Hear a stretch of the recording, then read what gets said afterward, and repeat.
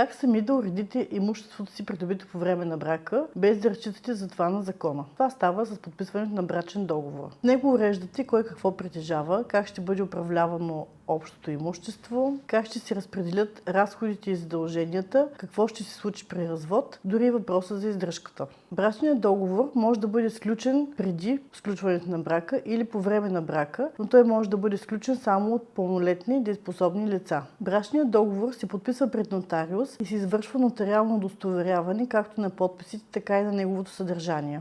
В брачния договор не могат да се съдържат клаузи за разпореждане в случай на смърт, както и за превръщане на личното имущество в общо. Важно е да знаете, че всичко, което не е уредено в брачния договор, се подчинява на законовия режим на общност. За повече информация последвайте ни в нашите социални мрежи или запазете своя час за консултация чрез нашия уебсайт.